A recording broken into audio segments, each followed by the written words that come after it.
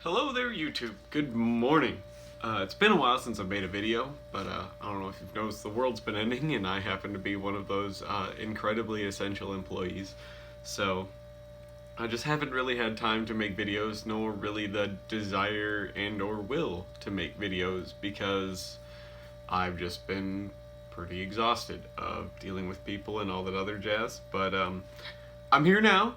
So this is going to be a video on a rifle that I've had recently and I've had very limited experience with. I've always wanted to get one because it has a lot of features that I really like. It combines a lot of features and some things from some of my favorite kind of manufacturers and gun designers that are kind of underappreciated by a lot of other people. So but that would be the Carcano. And this is the kind of last version of the Carcano. This is the 1891/41 model of Carcano, and a couple models basically, but basically this isn't too much different from the World War I model, so the original 1891. But we'll get into some of the differences in some of the different models here as far as basically what's different. I'm not going to go into really what's the difference between the carbines and the special troop models, because basically it's like sling points and like slightly different bayonet mounts and stuff like that, but really they're in the end pretty much the same rifle. So the original one would have been 1891. It would have had like a 30-inch barrel. It would have looked very similar to this. The sights would have been a much kind of larger profile. Still a straight bolt, Carcano magazine, straight wrist. They're all straight wrist. And they would have been chambered in the 6.5 millimeter by 52 Carcano, as it would be known. And there's actually a couple different rifles called the Carcano, but this is the kind of last version of the Carcano. The next model to come, there would be a series of the like 1924 carbines and stuff like that. Other than that, 1891 style carbine and special troop rifle, which is basically the same rifle shortened, the stock's cut down and stuff like that, spring folded bayonet, well, not really spring loaded, but folding bayonet on it and stuff like that. And then there would be versions that have wood that goes almost out to the muzzle rather than that long kind of bare barrel you see with a lot of the earlier carbines, come in the 20s for special troops and for anyone who would need a carbine, because the Italians didn't really do cavalry. They had really light infantry called the Bersaglieri, and I'm sorry if I butcher that. I don't speak Italian. But there's some really weird guys, and they sprint everywhere, and if you watch them on YouTube, they're funny. Some of their like parades, even they're at like a jog for the most part, and they're like playing instruments while they're like running, which it doesn't make it the perfect for playing an instrument, but for having to control your breath and jog and play an instrument all at the same time is very hard, so props to them. And they basically change up until 1938. There's kind of the special troop model, the carbine model, and the full-on 1891 long rifle, with some minor changes here and there. And then in 1938, they come out with a new model, which is basically a short rifle, and it's chambered in 7.35 millimeter ammo, which makes it kind of a intermediate cartridge. It's a little bit bigger than the 6.5. It's designed to hit a little bit harder, but they kind of did that on the eve of World War II, and then they kind of reneged that and were like, we can't change cartridges right now. Kind of the same thing the British did with the pattern 1913 rifle in World War I. They're like, we can't change cartridges, we can't do everything now, we're just gonna stick it out. But they had already made a bunch of them, so they shipped those off to Finland, because Finland needed the aid at the time, and they weren't really a part of the Axis powers, but they were basically kind of a puppet, or like helping the Axis powers, but more like the Axis powers were really helping them to try to combat Russia. So there's a weird thing there. There's a whole history within itself that's very interesting. And then in 1938, they come out with the 9138, which is basically the same thing as the 1938 rifle, but just in 6.5. So rather than 7.35, and they used that throughout World War World War II, and then in 1941 they come out with this, the 1891/41, and the only difference between this and an 1891 is the sight's got a little bit lower profile. They don't go out to 2,000 meters anymore. They only go out to 1,000, so they don't need to be as large or as big, which is good because then they don't whack on stuff or, you know, break on stuff or anything like that. And then they took about 2 inches off the barrel. That was about it. And it's side slung now. You can side sling it or undersling it. It's kind of dealer's choice in that regard.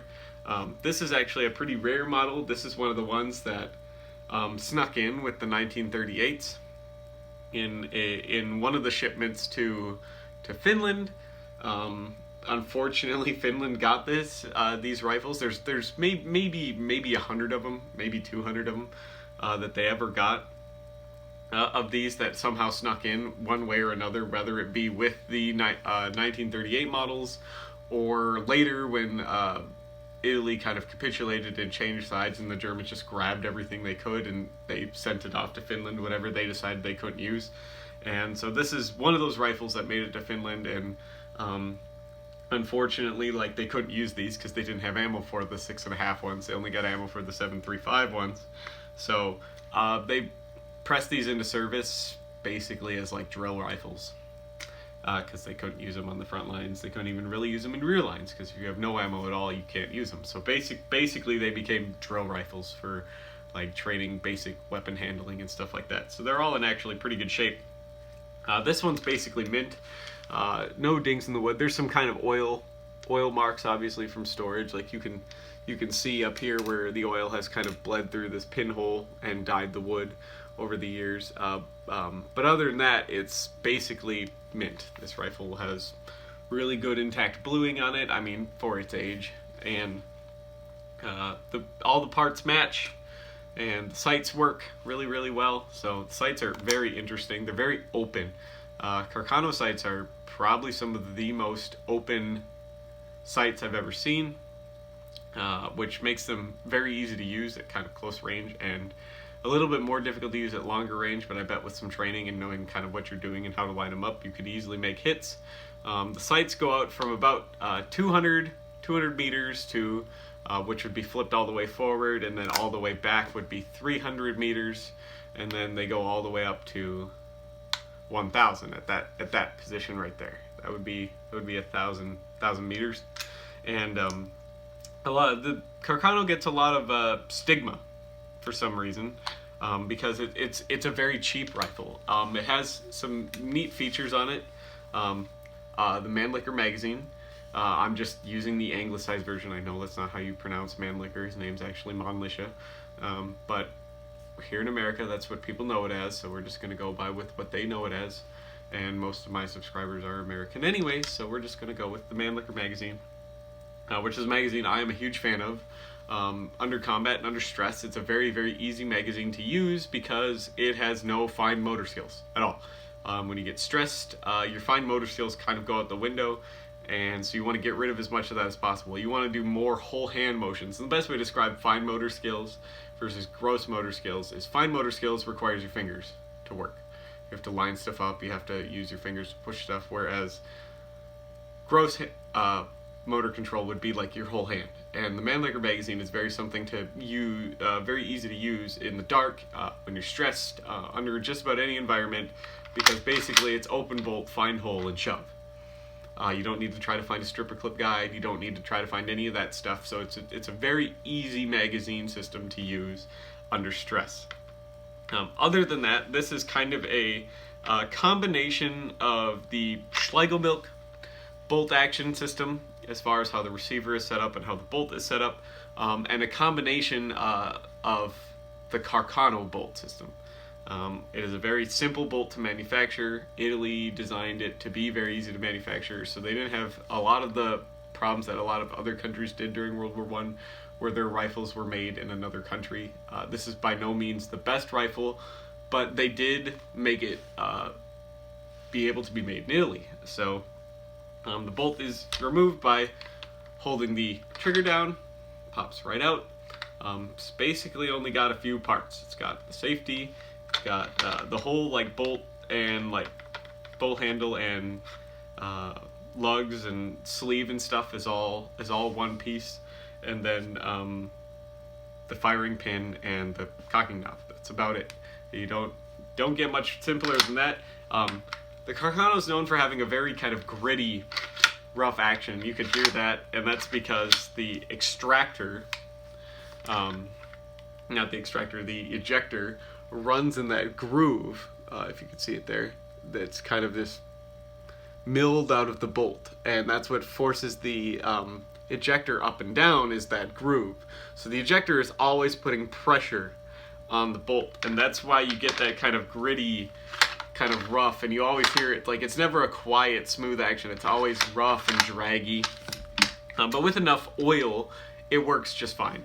This is like most military rifles. It's not perfect, but if you run it, it will respond.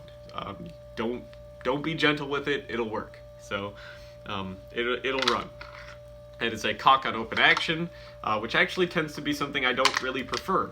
For those of you who know, I'm kind of a straight pull shooter, and basically every straight pull is cock on close, and that's just because the sear needs to catch on something when you're pushing the bolt forward. So yeah, it's a very easy thing to do. There's advantages to cock on open and advantages to cock on close. It really kind of depends on your system. Widely regarded though, cock on open is better for like a cartridge like this, for a rimless cartridge, and cock on open's better for less consistent ammo because you get more torque to unstick a round from the chamber than a cock on close.